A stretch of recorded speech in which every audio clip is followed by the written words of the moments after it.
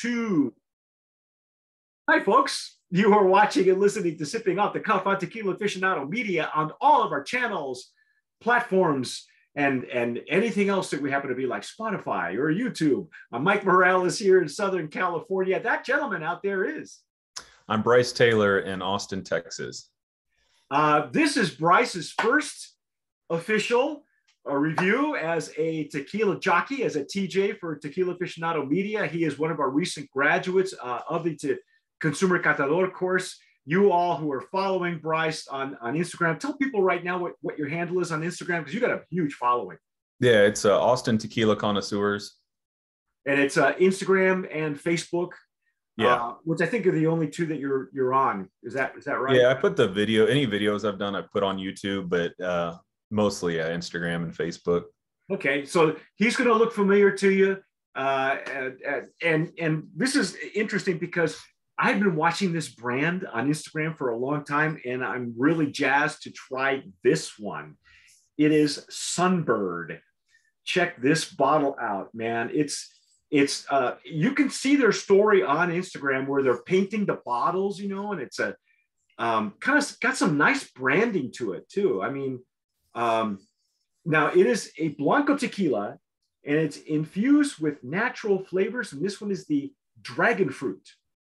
Is there another word for dragon fruit? I mean, what is that like? There was, but I can't pronounce it. Is that what is it? Is it pomegranate or? No, it's closer to papaya. Let me see what it is. Let me find it real quick. I'll find it. Okay. Yeah. So we got this several weeks ago. I guess the owner. In fact, let me get his name just so I can give you some info on him. He was really nice enough to get these to us, and let me bring that up right here. Yeah, so the dragon fruit, saying it's one of the superfoods. It comes from the cactus species, originally from Mexico, Central America, and the northern part of South America, where it's known as pitaya, Pitaya. Pitaya, yes. Yeah, pitaya. His name is David Dark. And David was nice enough to send Bryce and myself this bottle here. So, and I believe that there's more, as we go on, we'll be able to tell you there's going to be some more expressions, more flavors, but we're just going to, you know what, let's just pour the juice, see how good it is, give them, and then we'll give the ins and outs and all the facts and stories. We just broke the seal on this. I usually take the cellophane off first because otherwise I spend 20 minutes fighting it. Yeah. Okay, I'm using a Stasso Jarrito for tequila. It is, oh, now that's interesting. Ooh. Wow, look at that tint. Yeah. I don't know if you can see that on my camera. You might be able to. Check it out. Look at that. Now, last year, oh, that's pretty, man. It looks great in the Glencairn. And I got bubbles. Check it out. I got some lingering bubbles.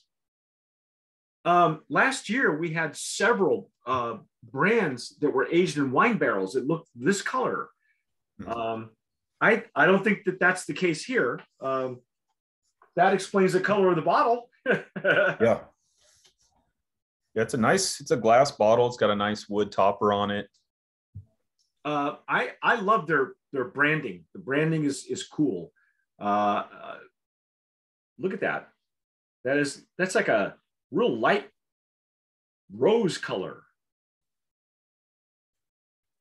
And it's got some really decent legs and tears too. Yeah, it kind of reminds me of the Blancos that are kind of been aged in the Cabernet barrels. Yeah. They're a little more pink, a little more like that Himalayan sea salt color. Yeah, they're doing so many fantastic things now with tequila, with 100% agave tequila, that they're just opening up these new categories for themselves, because there's so much tequila on the market that they have to distinguish themselves somehow, Right. And I will tell you that in our history, we've sampled several tequilas infused with natural and artificial flavors, and some of them are excellently, really well done. Some have been dogs. some just really awful, as the category grows and people get better at their recipes. I think right now, off the top of my head, I'm thinking of Tanteo. When we first got Tanteo, I don't know if you remember that they had a tropical flavor and a chocolate flavor, because infusion in bars was a big deal at that point. And so they came out with this whole set. And I got to tell you, their chocolate was awful. Their tropical was even worse. So they retooled the whole thing. And now they strictly do peppers, pepper infused. And it's so well done now. They got it down. Stellar stuff. So I'm kind of looking forward to seeing what they do with this one.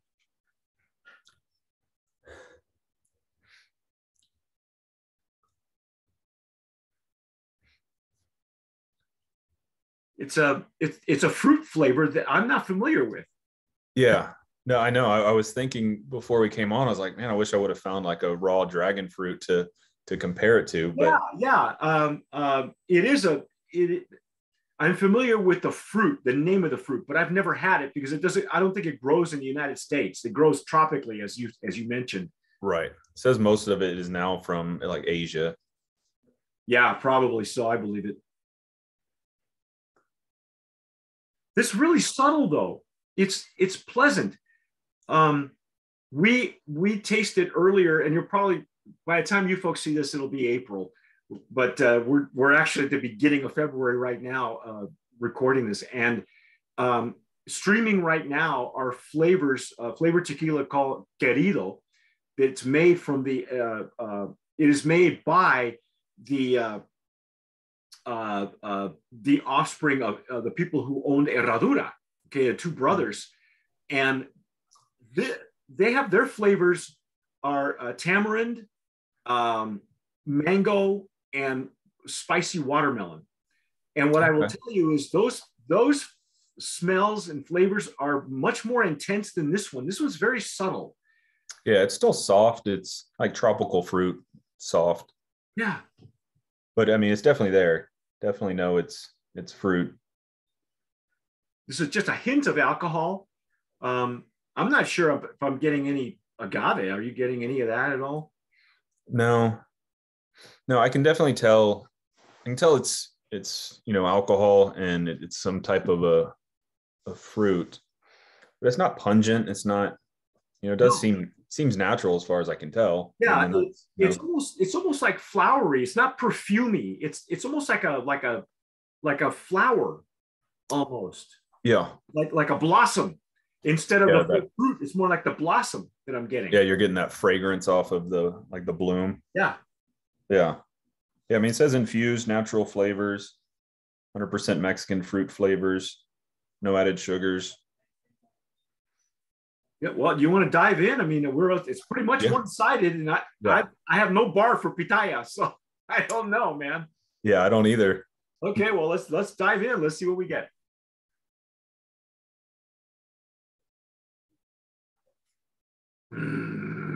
Oh my.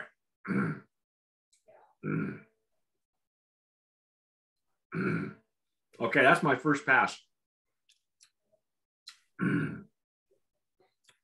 Wow, that's tart. Mm-hmm.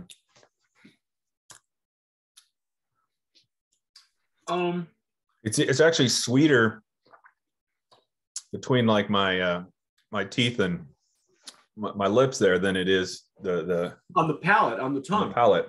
Yeah. I mean, it starts off sweet and then it just goes tart, like a sweet tart, like biting a sweet tart.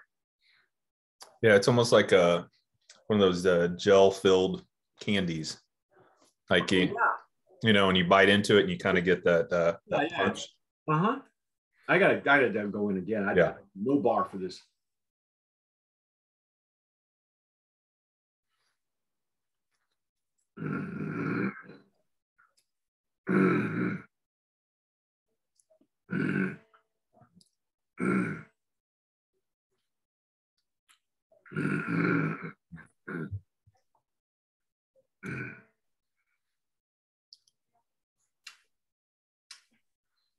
Boy, the alcohol is pretty aggressive on the intake. Yeah, which is surprising because it's 35%. Yeah, it reacts like it's a much higher ABV. Right. Yeah, I agree with that. Does it? And I got like an explosion. In the second pass, I got more like an explosion of pepper and the alcohol. Similar to what happens with pepper infused tequilas. Mm-hmm. Are you getting any of that? Yeah, I do. I mean, after that initial kind of the flavor that burst, and then once that kind of subsides, then the kind of the alcohol get kind of the pepper presents itself. I'm completely baffled because I have no bar for this fruit. Yeah, I don't either. It's not bad though. It's not repulsive or anything like that. No, it's very flavorful, and I can definitely, like, even sipping it now, I'm thinking what I could do with it in a cocktail. Mm-hmm. I think it would definitely go well with other citrus based drinks. But I'm trying to struggle to like find, would I know that this was tequila based? And I think at the very end of the finish I do, but I think while I'm drinking it, it's kind of a little more of a struggle. Well, yeah, the fruit for me, let's just say it takes center stage. It doesn't. There are times where the flavor or the aroma overtakes the agave. I don't want to say that it overtakes it, but it's aggressive. And the nose is pleasant, but on the intake, it's really got a lot going on. It's a lot of flavor. Like you said, it was a big burst of. Yeah. It was like biting into a sweet tart, or like you said, a candy that's got liquid in it. It kind of just shoots out when you bite into it. Yeah, the nose gives you like a good preview of what you're going to get. Like I said, it's not too strong. Floral, kind of that light muted fragrance, but then it doesn't quite prepare you for the intensity of the flavor. Yeah. Which hits you really big on the mid palate, but then towards the finish, it really subsides. I mean, I have a little, alcohol left, but a little sweetness, but not, I wouldn't think it was artificial sweetness at all, Oh, no. Yeah. And it's not even an enhanced sweetness. Like, you're making it with mango, but you're adding a little bit more mango, Right. That's not it. That's not the case here. And in fact, I think the more passes that I take, right on the back of the rear of the tongue on the sides, it's a little bit bitter. There's a real light bitterness, which is not bad. I'm okay with that. And then the more it's like a good salsa. The more passes you take, the more the finish gets longer. Because I just noticed that on that last sip, that a little more of the pepper, the fire, the heat on the finish. It's building up, which I think makes it more interesting. Yeah. Let me give you let's get the ins and outs out of the way. This is coming from Destiladora del Valle, which a lot of folks are familiar with. Casa Maestri, Siempre. Actually, I don't think Siempre comes out of there anymore. 1438. Yeah. It is kosher. They're putting the kosher seal on this thing. CRT approved, kosher, gluten-free, of course. No added sugars.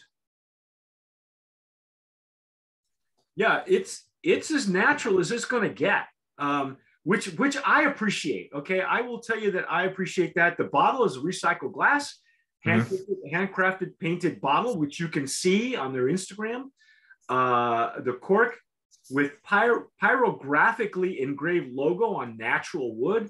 I mean, there's a lot of thought that went into this. Now they've got other flavors, and Bryce, I know I'm putting through the ringer at this point, but they've got some combinations coming up. Pineapple coconut.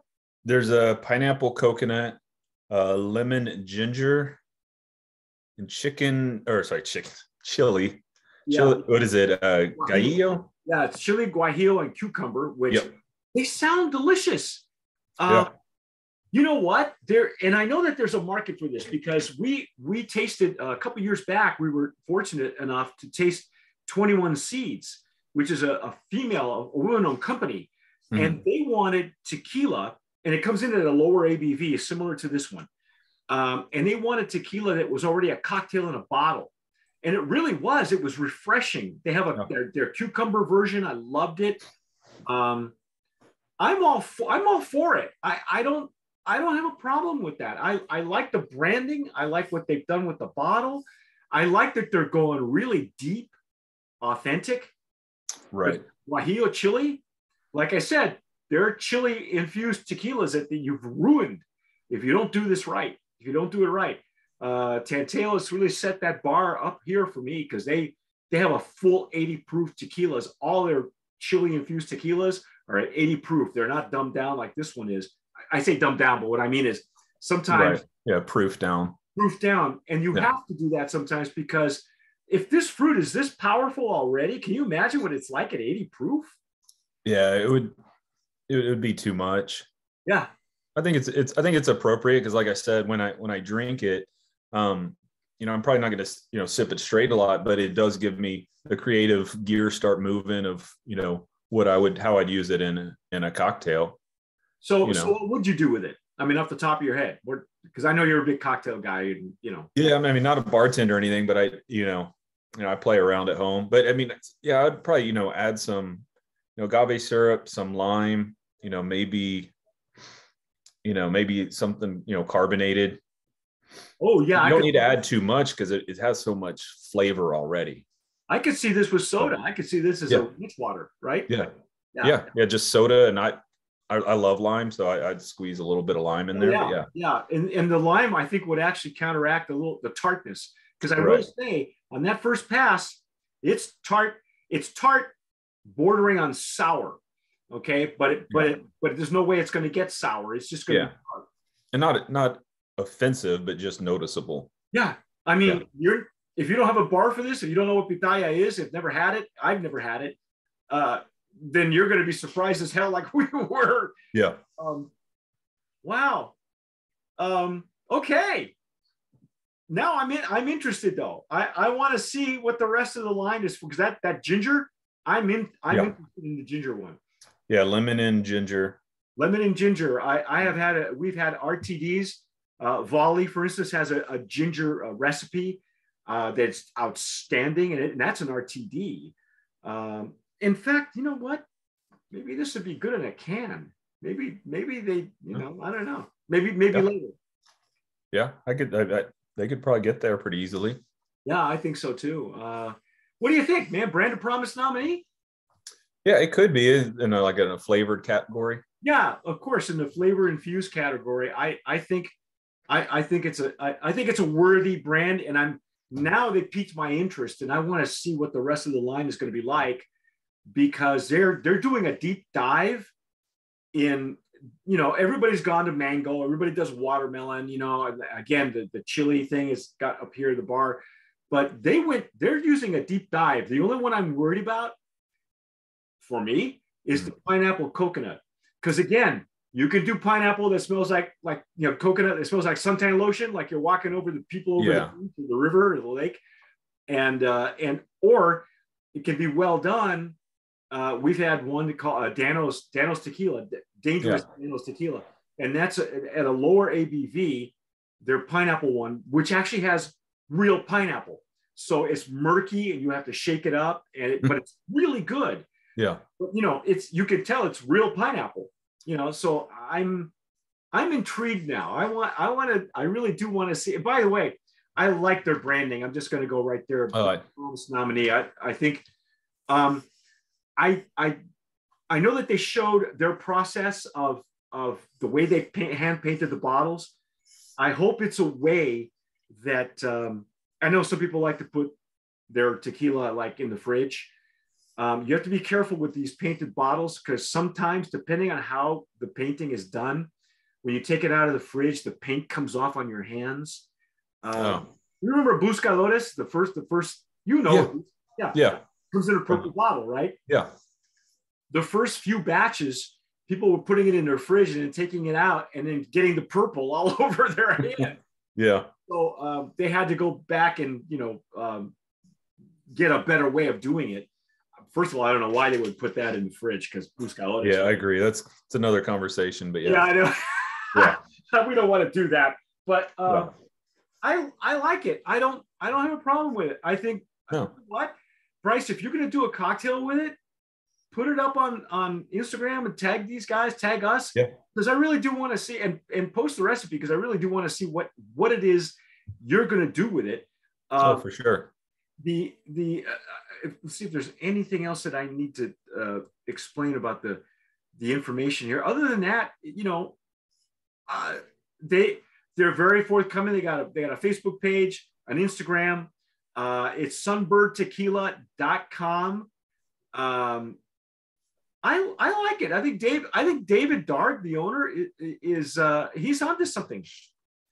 But be prepared if you don't have a bar for this fruit, for dragon fruit, you're going to be shocked. But I think it's going to open a lot of eyes, and guys like Bryce and mixologists and bars and things. They're gonna go bananas with this stuff.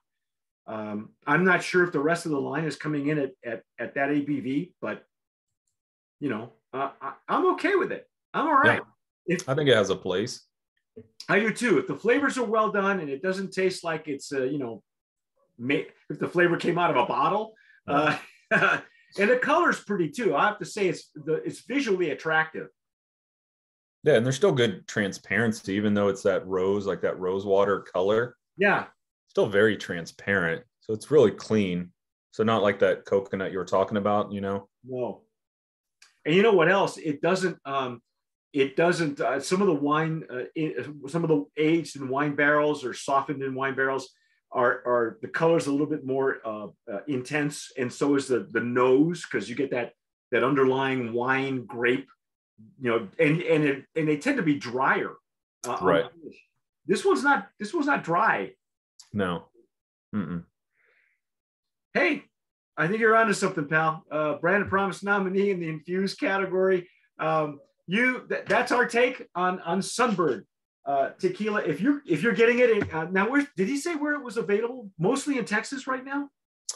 Yeah, I don't recall off the top of my head, but I think they're first releasing in Texas. Yeah, because I think David is in Austin. I believe he's an Austin resident, and so Bryce actually got his delivered to his porch. I had mine sent.